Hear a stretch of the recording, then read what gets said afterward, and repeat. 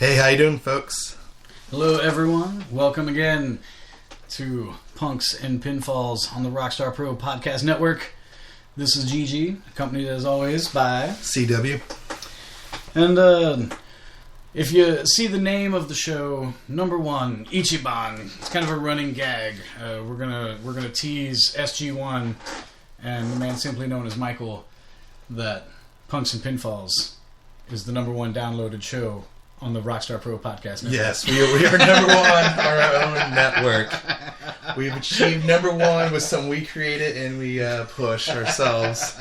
But I wanted to point out today when we were doing our little pre-show thing that I was like, hey, we've been on a few months now, and I was like, I went back and looked at the numbers of each episode, and we have, Real Alien Talk, Punks and Pinfalls, The Business with JT Davison and JP. Too many J's. Yes. To push your guys' numbers up, change it. Too many J's. But and then we have Backstage Pass, which is the OG of the network podcast of Rockstar. It's the OG one, which those guys were our inspiration to. Yes, that was the starting point for all of it, so we want to put them over. So, but yeah, I was looking at the numbers and everything, and we're number one. Like, we rule our own network. So, suck it, Alien Talk. Like, shots fired. Yeah, shots are fired. Let's see what you guys do. But step it up, guys. Some stupid pet tricks or something you guys gotta do or something. But and then in all seriousness, we get back to the show here, back to our format. But we just had to get that in there. So anyway, the big news in the world of pro wrestling: Samoa Joe just made his WWE debut, this NXT this past week, and big. It's been all over social media. Everybody's talking about it. Everybody, the NXT crowd definitely recognized him. They were popping for him. They were going crazy, chanting his name, chanting "Joe is going to kill you." I think everybody's really kind of surprised by it. I was kind of surprised of. Yeah, they picked him up. I don't know if maybe they're just doing like I know that they did with Rhino. I don't know if maybe they're just allowing him to honor previously booked dates, or if it was all a work, if it was all a swerve, because they had just announced a couple indie dates that Joe was going to be appearing at. Mm-hmm. So everybody thought, oh, his WWE contract must not be finalized yet. They'll sign him in a few months. Mm-hmm. And I think it was all an elaborate ploy to get that shock value of. and he kept his name. Yeah, we were talking about that. He actually Samoa Joe. They let him keep his name. Yeah, they're selling a Samoa Joe T-shirt. Yeah, so. Nice T-shirts and stuff. And so it's interesting. And plus, they're obviously bringing him in with his persona that people know him. So. Yeah, it's really interesting to me. I mentioned this when we were putting our notes together for the show. Of all guys, they always repackage and rebrand everyone. Vince always wants to own everyone's name. Everybody gets a makeover. When you come to WWE, they give you a new name and kind of polish you up for TV. And two guys from the indies that they didn't change their names or their personas in any way are two of the guys with some of the most terrible sounding names. CM Punk and Samoa Joe. Names you would obviously think they would change. Yeah, CM Punk. People who know the joke, he was Chick Magnet Punk. It was terrible. And he became a millionaire. Yeah. And then Samoa Joe. Doesn't that sound so generic? It sounds really indie. It just sounds like, oh, we don't know what to call you, Samoa Joe. Like, it just sounds awful. And he's a multiple-time world champion everywhere he's been. He makes it work, but you would think that once he got into the universe there, that they would like, nope, you're no longer Samoa Joe. You'd think they'd at least make him Samoa Joe last name here. Especially knowing that TNA is kind of like, depending what rumor you follow or news you follow, is like sinking. So to grab a guy from a company that knows sinking and not just be like, well, screw you, we're going to change his name, his home persona, they just continue with it. Yeah, it's interesting to me because WWE has kind of, made a statement that they're not really interested in TNA guys, and they're not looking to sign. I think it's TNA bullshit. talent. I'm calling bullshit. Yeah, on I think that. there are certain guys. I think that Angle maybe would still have a chance to make a run. We know that the Dudleys. We know Bubba made his appearance. Yeah, it's bullshit. That's like having like the number 1 draft pick, but you don't want the number 1 or number 2 guy. You're like, we'll take definitely this guy, and until that phone rings, you knew you're calling bullshit the whole time. I'm calling bullshit. Yeah, I think there are certain names, and I think there are certain young developmental guys. I mean, if you look at under Freebird rules, tag team champion Xavier Woods of the New Day, he was Consequences Creed in TNA. He was he and R-Truth were tag team champions together, Truth and Consequences. And yeah, he's a guy that they took, and even though, whatever you think of the New Day gimmick and whatever, however they're pushing them, it's been strange, I think. But he's a TNA guy that they took and kept and rebranded, and again, another guy that changed his name. Yeah. But as a whole, not a lot of TNA guys have had success. A lot of guys that they've signed didn't translate to the WWE style.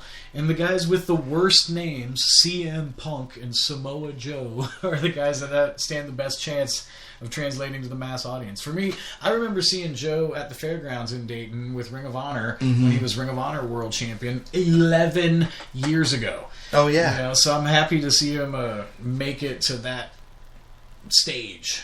He's always one of the guys that I thought, why didn't he really get like the main? Not that he's not had a very successful career, but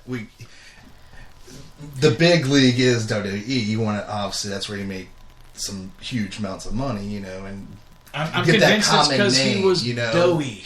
Yeah, it's because he didn't have that trim 6-pack abs. He was just a big old boy from Samoa. He's like. But look how many Samoan guys he's had, and none of them are or not a ton of them are like beefcake guys. Well, the new generation are. If you look, the but Usos are in a lot better shape than that's most true. Roman Reigns is ripped and cut. That's true. It's that new generation. They know they're in HD. Yeah, that's true. HD changed a lot. You go back and watch old school footage, and wrestlers were just barrel-chested tough guys, and now you've got to be a model. Now you've got to look good on a poster. Mm-hmm.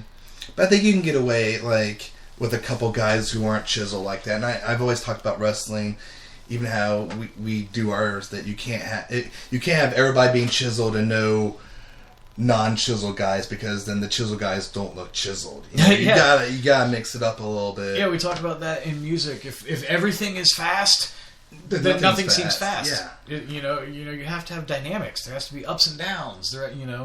You're taking the audience on a little journey. The whole, for me with wrestling, it's all about the diversity, and you have big guys and small guys and high flying guys and technical wrestlers, and then you have your more sports entertainment, more comedy acts, outrageous personalities and all the showbiz hoopla that goes along with this wild circus that is pro wrestling. But I think if it's just like if everything is hardcore, it doesn't matter anymore. No, you're just desensitized to it at that point, and you don't care. Yeah, it's just blood and blood and blood, and it stops meaning something.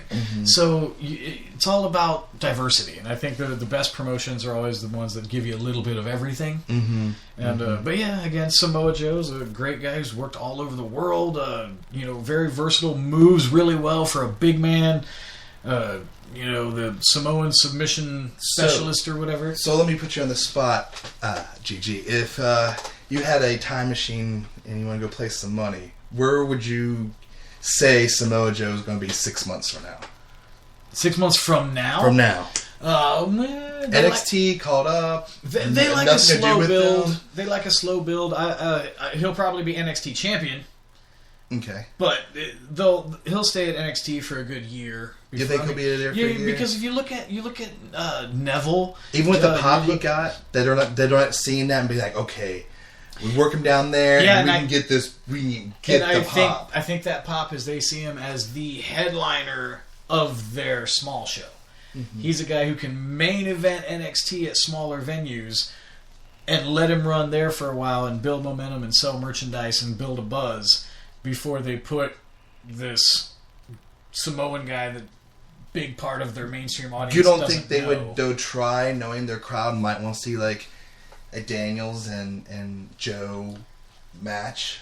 Like, yeah, see, you gotta the difference between the educated, they like to call themselves smart marks. Yeah. You know, the wrestling nerds who they know Japan, they know Mexico, they know all the indies. And then there's your casual mainstream wrestling fans that watch WWE. There are, flipping but through there's the enough of those people out there that know who Joe and Daniel's indie days that they're going to want to see that match, because I think they wanted to see that with CM Punk. You know, they want to see indie that dream match. Yeah. So, but it'll be interesting to see where he's at in 6 months. You know, like I really can't see. Kevin Owens, I can't see him still being at NXT 6 months from now. Well, like, I'll be shocked in a couple months he's not. Well, after his shocking debut on the main roster, he showed up, and look how many people knew who he was. A part of it was, I think it was all just a promotional stunt to plug the NXT TakeOver show. Oh, they said $9.99 at the WWE Network like 50 times. Yeah, it was it kind of reminded you of an old ECW invasion angle. It's like the NXT champion shows up on Raw and punks out John Cena to hopefully make everybody who's never watched NXT want to see it. Yeah, I hope it's not an invasion angle, because I think they need to.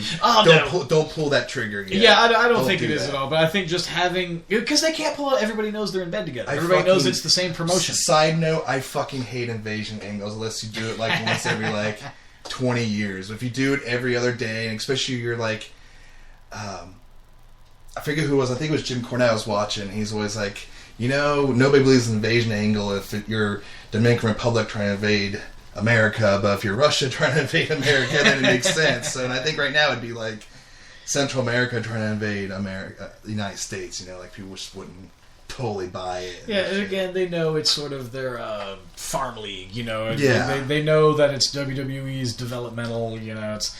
But we talked about this. It's interesting that they're developmental. They seem to be going for being a super indie. They are.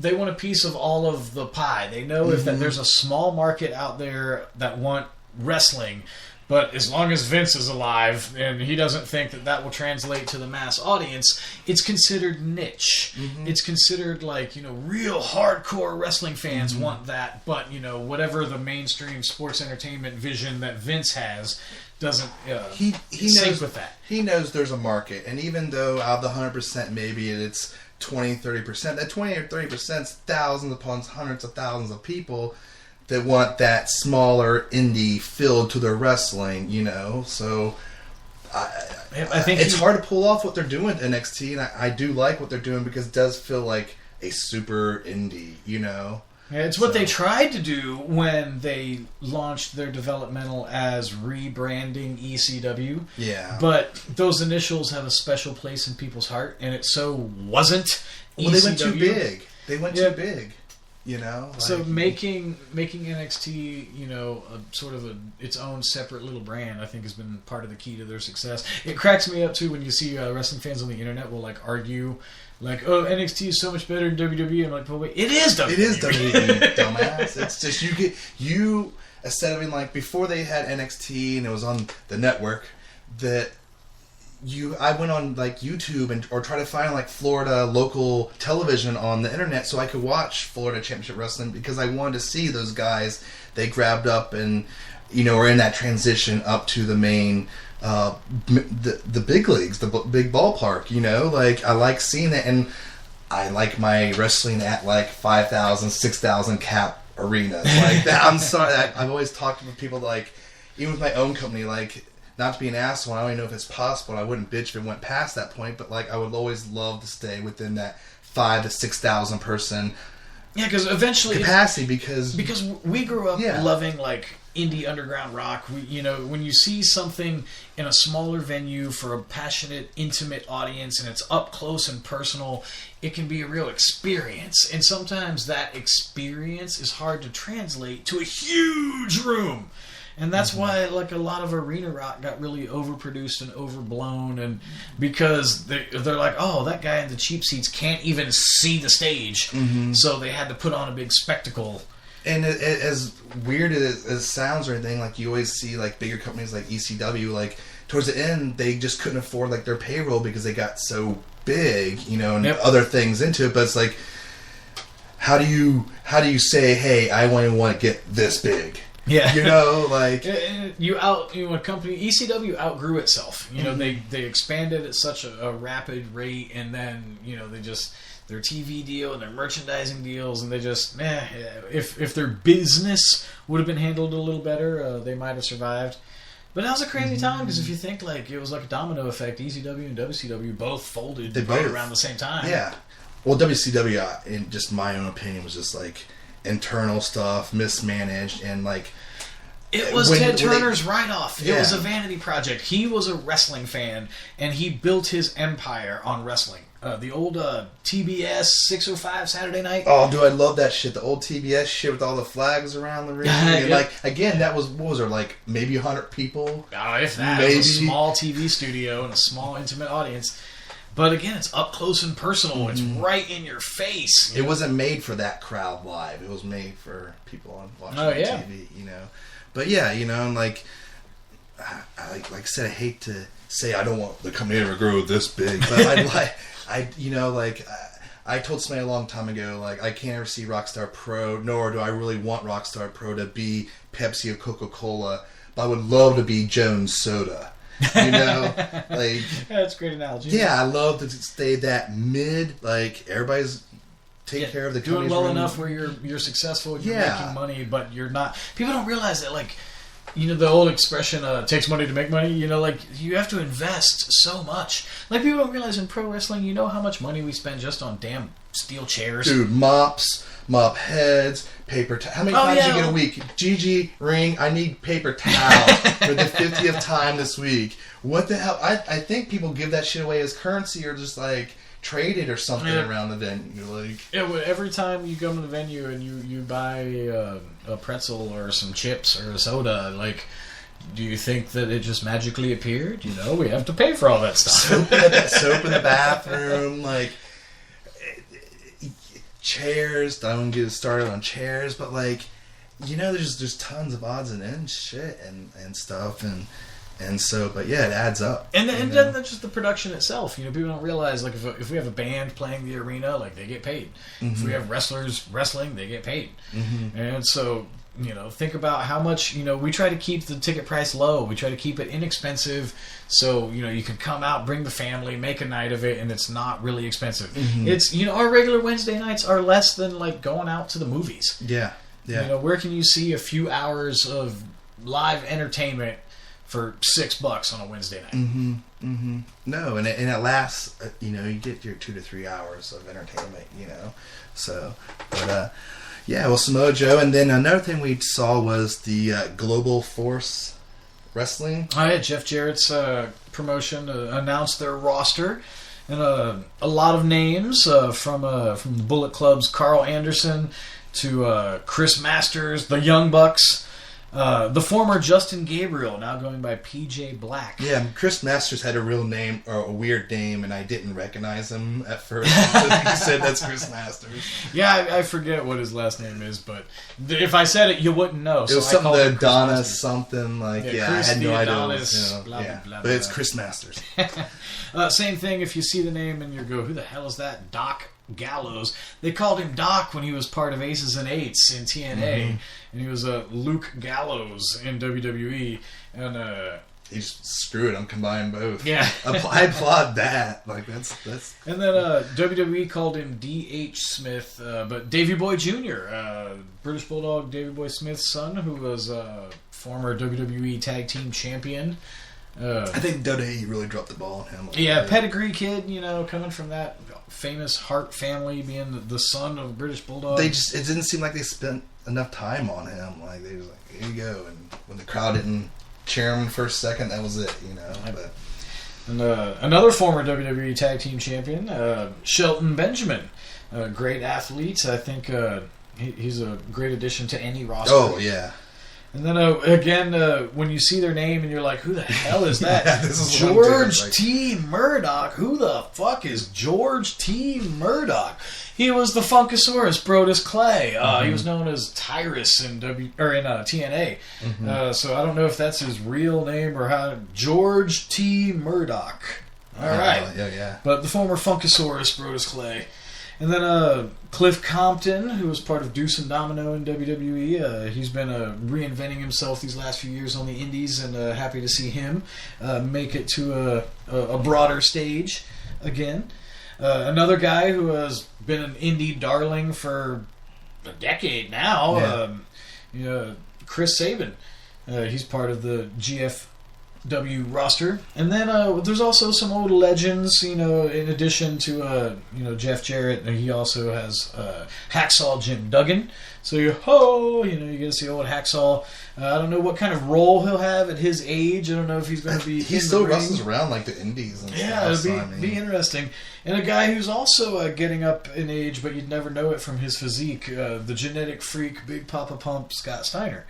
So he has an interesting roster, some indie names, some international names. Wrestling legend Jim Cornette. I don't know if we mentioned him. He's involved.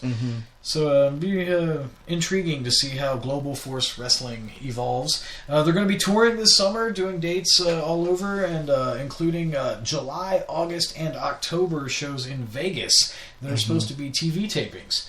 So it'll be interesting to see how they develop, and especially with the rumors of TNA's problems. They're denying it, of course. Yeah, little side note on this, there was earlier this week that from a pretty reasonable, source, usually doesn't just put out stuff like that, that's not true, and released that the network had wanted to cut ties with TNA. And then Dixie came out and said, nope, not true. That's not happening. So basically the rumor is that they have an out clause in their contract to not renew for the new fall season, which is September.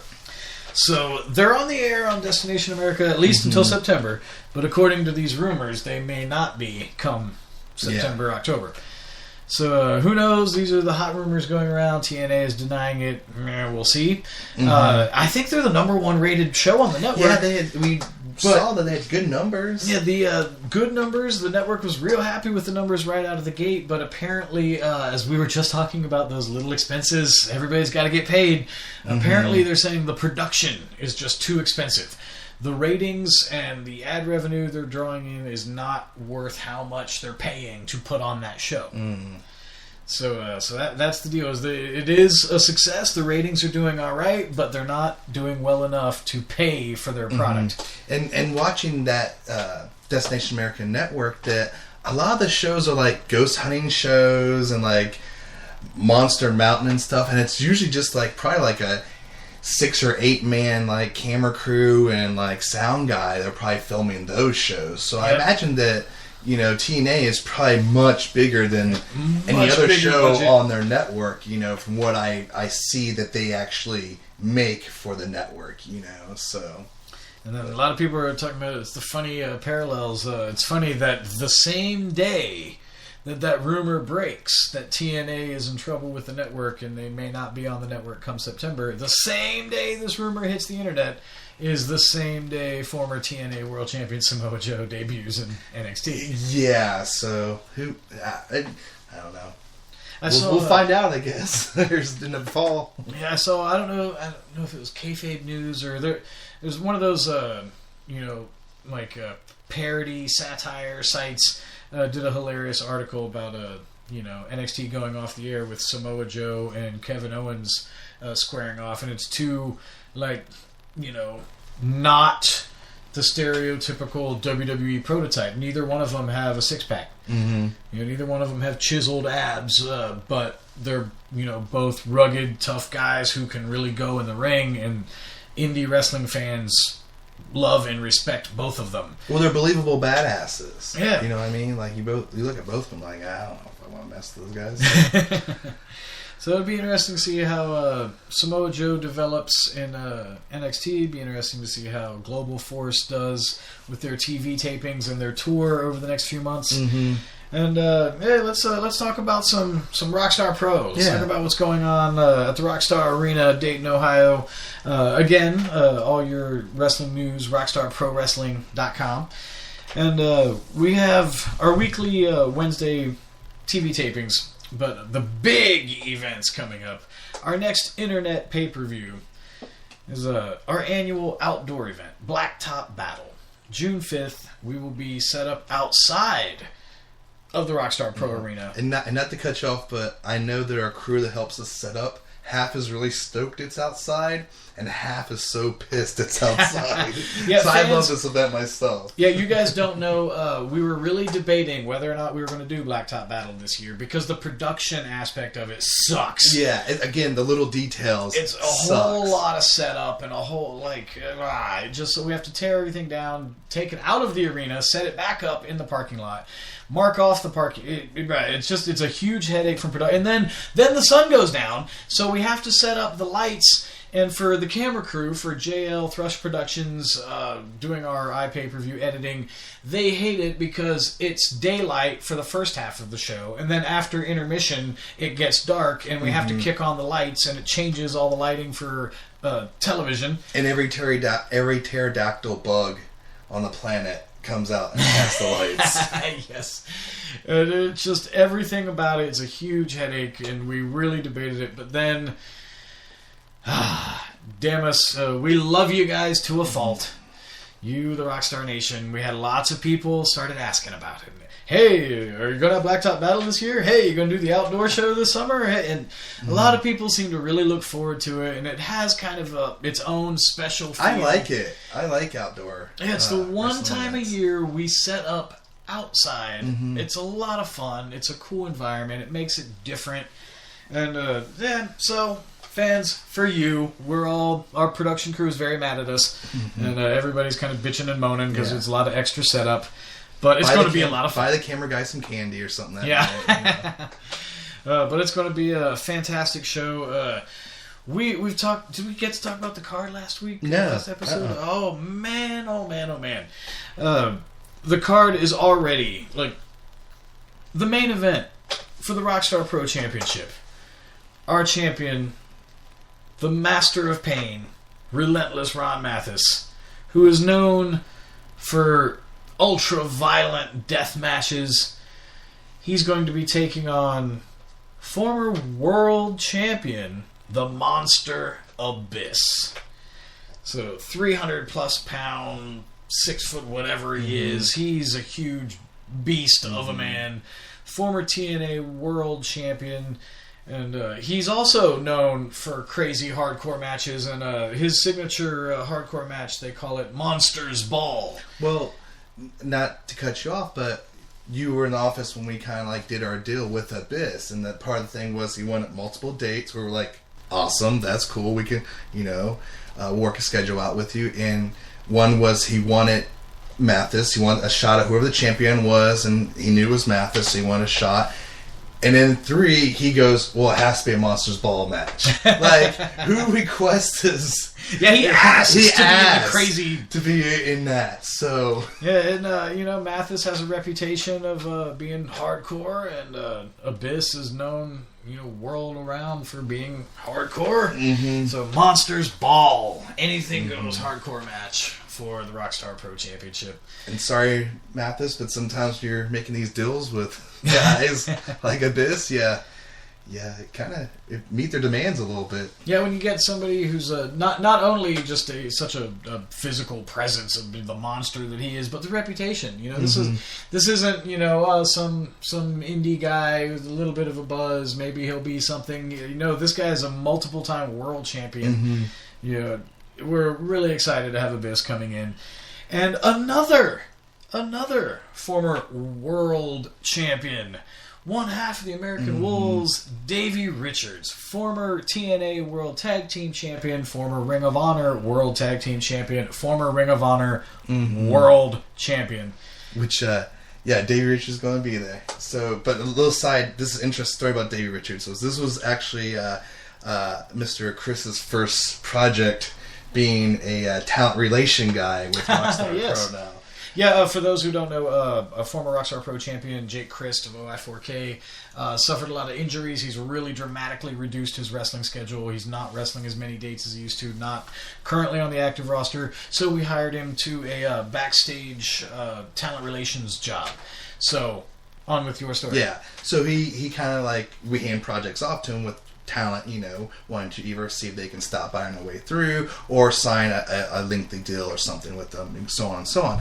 So this was like Jake's first thing. I saw that there was an opening for Davey, and I was like, hey, Jake, I think we can get Davey. Why don't you do what you need to do here and get the deal done? And so he went ahead, took him about a day or so, and he called me back, goes, deal's done.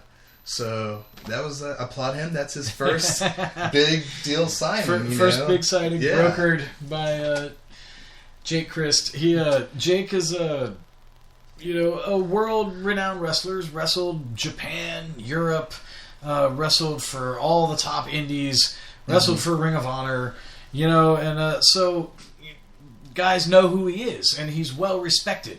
So yeah, he's been working out well in this talent relations position. So great job, Jake Christ, for brokering Davey Richards. Yes, good job. And he'll be facing actually Dave, which I think alone is going to be that's insane. Indie dream match. The Wolves and OI4K have faced before, both world tag team champions, world renowned tag teams, and Dave and Davey, both world-renowned singles wrestlers. Mm-hmm. Dave is your current multi-time American Lucha Corps champion, and the American Lucha Corps title is going to be on the line. So not only is Davey Richards coming in to challenge for a major championship in Rockstar Pro, but the Lucha Corps division has its own set of rules. Fans, that within the ropes, standard wrestling rules apply. Outside of the ropes, they get a Lucha 20 count.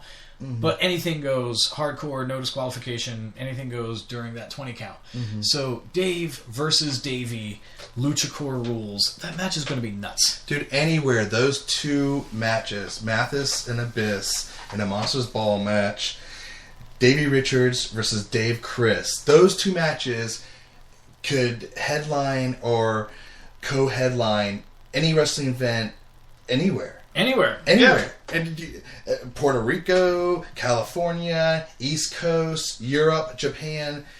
Think about it. Those could main event anywhere. Yeah. This upcoming card is something that we're really proud of, and it's funny. We every pay-per-view we go, damn, how are we going to top this? Yeah.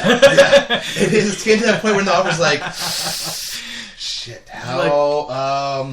What do we do? As the fans keep telling us, like, oh, this show was the best, and oh, this show was better than the last, and oh, we're so happy you brought this talent in, and oh, we're so happy to see so-and-so get a title shot, and it's like, where do you go? What's next? What's the next card? What's the next, big match that the fans are excited for? And I think it is, everybody in the office and everything we're all current wrestling nerds, just to not have a better word. Like, we pay attention to the indie scene and like go after certain guys, and we may have a name we want, and it may take us 8 months to wait until it's a good time to get them into Rockstar Pro. Yeah, people don't realize, like, these guys, it's business, just like a rock band. They're on tour. Yeah. And they got to look at their schedule, and if you're a TNA guy or a Ring of Honor guy, like, they have their Ring of Honor or TNA road dates, and then they supplement their income by picking up other dates in between, and that's how they go and do the indies and do international tours. We've had Tommy End at our place. I would love to have Tommy End at our place every week. Yeah. Gladly. But he lives in the Netherlands, so there's a little traffic issue. So we get him once, twice a year. When we can get him, we grab him. But he's a guy I would sign to a multi-contract, like, yes, whatever it takes, you're here every week. You're here every week. But he lives in the Netherlands, and that's one of those things that we'll get them when we can get them, And little sidebars, we'll let the fans in on a little note. One such person that has made an appearance at Rockstar Pro, another former world champion, Sabu. Sabu wanted to be regular roster. He actually asked to come every single week. He just wanted pay-per-view money. every single week. We're Yeah. like, oh, sorry, Sabu, you're just too damn expensive. We're out Dayton, Ohio.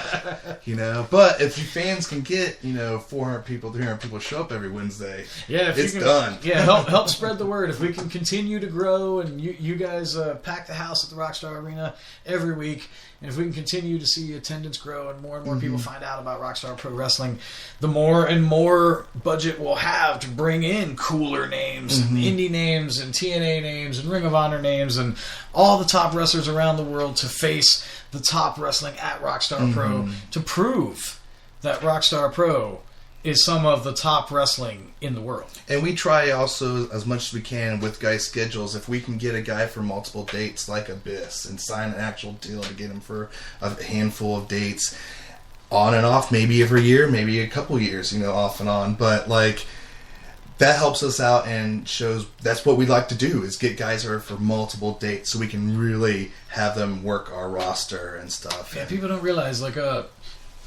Rhino, former world champion, just recently returned to WWE on NXT.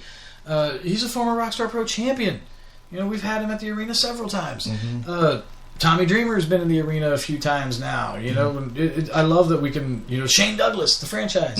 When guys come back through multiple times because they love the talent in the locker room at Rockstar Pro and they love the fans that make up the Rockstar Nation.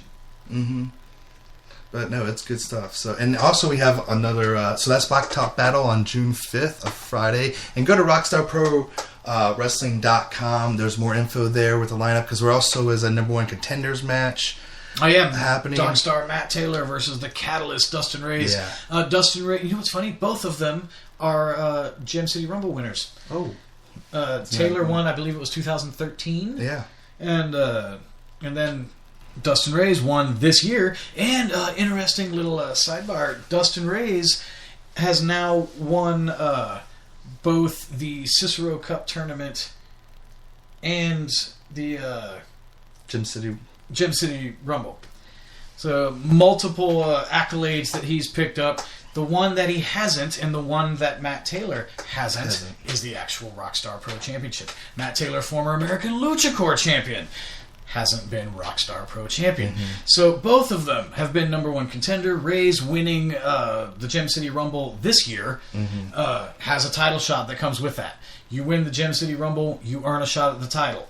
Matt Taylor was already number one contender and beat the champion, but via disqualification, so the title didn't change hands. So your number one contender scores a victory over the champion, he's due another shot. Your Gem City Rumble winner is owed a shot. Who gets it first? Who's first in line? Who should be the first to challenge Mathis? So they're going to face each other. Both of them have a title shot on the line. Both of them are considered a number one contender. There can be only one. Yeah. So, Taylor, Reyes, two fan favorites. Two wrestlers that, respect each other and the fans like both of them, but they both want to be champion and they both want to prove that they're the top guy at Rockstar. So, one-on-one, Matt Taylor, Dustin Reyes, winner is the first to get a title shot. And then, depending on what happens between now and then, even the loser may have a title shot. So you never know. The winner may end up having a rematch down the line with the title on the line. The top talent at Rockstar Pro going off to see who gets the next title shot. So those three matches: Mathis, Abyss, Dave, Davey, Taylor, Reyes. More matches to be announced, but man, those three alone, wow, are worth it. So then we actually have another Ludus date. Oh, Ludus! Last episode of Punks and Pinfalls was all about Ludus. It's become our new monthly tradition, sort of the big weekend event in between the pay-per-views. Sort of break up the month, another great wrestling show added to the calendar. But because we know it's another wrestling show added to the calendar, we have to make it different. So Ludus is totally different roster, totally different set of matches. The young trainees from the Rockstar Training Academy and the rookies at Rockstar Pro, they get the spotlight. They get a chance to shine. When you're on a card with guys like the Christs, Aaron Williams, Alex Colon, Matt Taylor, Dustin Reyes. It's hard to get a shot at titles, hard to get in main events, hard to get that spotlight. There's only so much time. Yeah, there's just so much great talent. So the younger generation, the young guys who are, trying to get that spotlight on them, they get it. Mm-hmm. And then all of your indie, international, local, regional, whatever talent who are trying to get a job with us. Not only do we like to bring in big indie talent or legends of wrestling in, but we also like to feature guys who are trying to actually do it. Yeah, the new up-and-comers, the guys who might be tomorrow's legends. Yeah, and those guys, it is hard for them, to convince somebody. If you're from New York, some of the guys are coming from New York, and to convince people that, hey, let me come to your place, drive 11 hours away and wrestle. Yeah, it's easy to book guys that you've heard of, guys that have a reputation, guys that have been a world champion. But if some unknown guy from North Carolina, who are you? Who have you faced? Who trained you? So this is their chance to get in front of the Rockstar Nation, some of the most ravenous, passionate fans in all of wrestling. This is their chance to show that they belong with the likes of OI4K and Ron Mathis. And, this is the proving ground. So, the young guys, the new faces, it's a totally different show.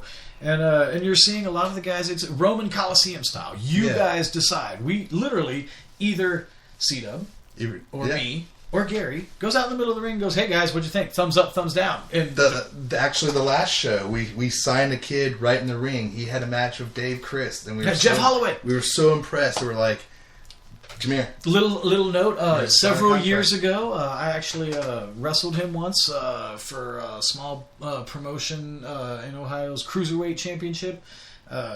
He's a hell of a talent. Just amazing talent. Oh, him and Dave beat the shit out of each other for 20 minutes. Yes, great match, and it was... it wasn't wrestling, they beat the shit out of each other for 20 minutes. So you, the live crowd, decide who we bring back and who we don't. And some of the talent coming to the next Ludus, we've already announced some of the favorites of the Rockstar Pro Training Academy. Living Large Bradley Abrams of the High Five and Fat Guys will be taking on his good friend and sort of classmate at the Training Academy, Zachary Wentz. So Bradley's had sort of an open challenge, and the last Ludus show, that match was far more entertaining than it had any right to be. We'll see if there's any making out during this match. Bradley had some really good make-out spots in his last match. It was good stuff. I was very proud. Bradley took on Samantha Heights at the last Ludus, and it was a great match. It was good. And so Zachary Wentz and Bradley Abrams one-on-one June 19th at the next Ludus. Also, interesting tag match. The young, we call them Flex and Pex. Clayton Jackson and Flex Jordan of JTD Inc. will be taking on Duke Beefhammer and his partner from Chikara, the proletariat boar of Moldova. It's an action. So boar, you got a boar on one hand, and you got Beefhammer as his tag partner. Beef and the boar. Enough said right there. And also on the card, another Chikara talent, Argus, the king of Gecko Roman wrestling. Also returning CZW trainee, Kefka the Quiet. We've seen him on iPay-per-views before. One of my favorites. Yes, the Wrestling Mime will be back at Rockstar Pro Arena.